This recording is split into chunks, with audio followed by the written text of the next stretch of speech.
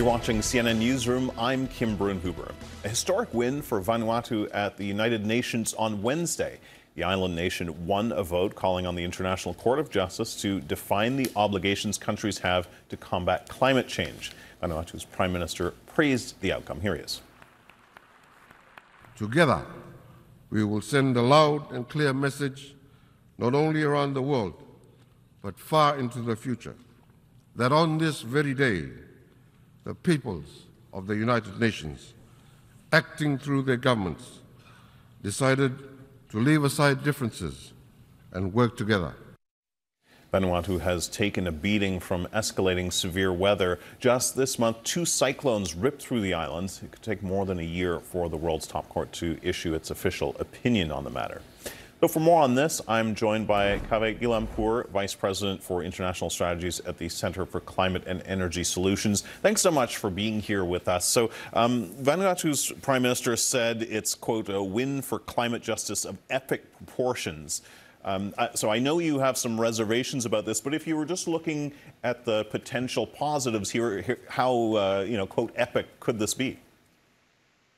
Well, I think you're absolutely right. This is a very significant and historic moment. The International Court of Justice isn't asked very often to give opinions, and certainly this is the first time that it's being asked to opine specifically on climate change. So for that reason alone, I think the climate campaigners around the world should feel very positive about this. It's definitely good news in that regard.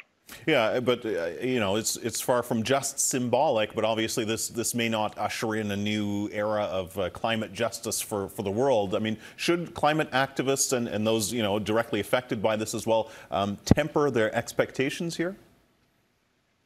Well, I think we'll need to wait and see. And as you said, this could take well over a year before we know the outcome. And while the outcome itself will not be binding on countries, it could certainly have positive impacts. It could affect public opinion, and it could embolden more domestic climate action within individual countries, depending on what it says. But at the same time, whenever you go to court, you can't be guaranteed to get what you want. And there is some precedent in the International Court where proponents have not necessarily got the answer that they wanted. Yeah, the wheels of climate justice grind very slowly, but in a couple of months, the world will gather for the next UN climate change conference. I mean, you've been a member of the UN Secretary General's climate action team, so you know the workings here. What might this mean for the negotiations? Well, I mean, that's a very good question, because the Paris Agreement, which is really the state of the art in terms of what international law says about climate change, was a very delicate compromise between 197 or so countries. And deliberately, some of the provisions in there are quite vague so that the agreement could be reached. So I think the court will tread probably quite carefully to make sure that that balance isn't changed.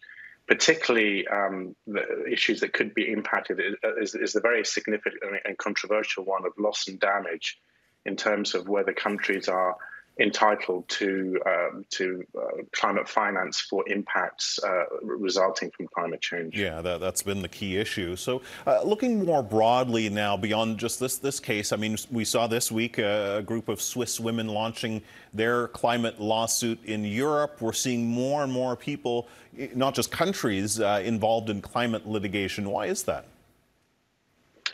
Well, I think there's really 3 broad reasons for that. I mean, first of all, we're seeing greater and more significant impacts around the world on climate change in every region and in every country. Secondly, it's clear from the most recent climate science, the recent IPCC report, the governments are not acting fast enough. So I think citizens are taking action into their own hands through the courts. And finally, the climate science is becoming much more precise, so it's possible to link individual impacts to climate change, which of course opens up the possibility for litigation in court. Yeah, I mean, that last thing has been such a fascinating development to see that science emerge. But as you sort of intimated earlier, these types of lawsuits have had mixed success so far. Is that fair to say? Yes, I think so. And I think the significance is that courts are beginning to take jurisdiction of these cases. In the past, they wouldn't have even, these cases wouldn't have gone past the first hurdle. But now they are accepting jurisdiction, and in some cases they've had an impact. I think there was a case in the Netherlands last year where litigants forced the government to review some of its decisions on climate change. Yeah, it'll be fascinating to follow as these cases wind their way through the courts, hopefully creating change. We'll see. Kaveh Guilanpour, thank you so much for joining us. I really appreciate it. Thank you so much.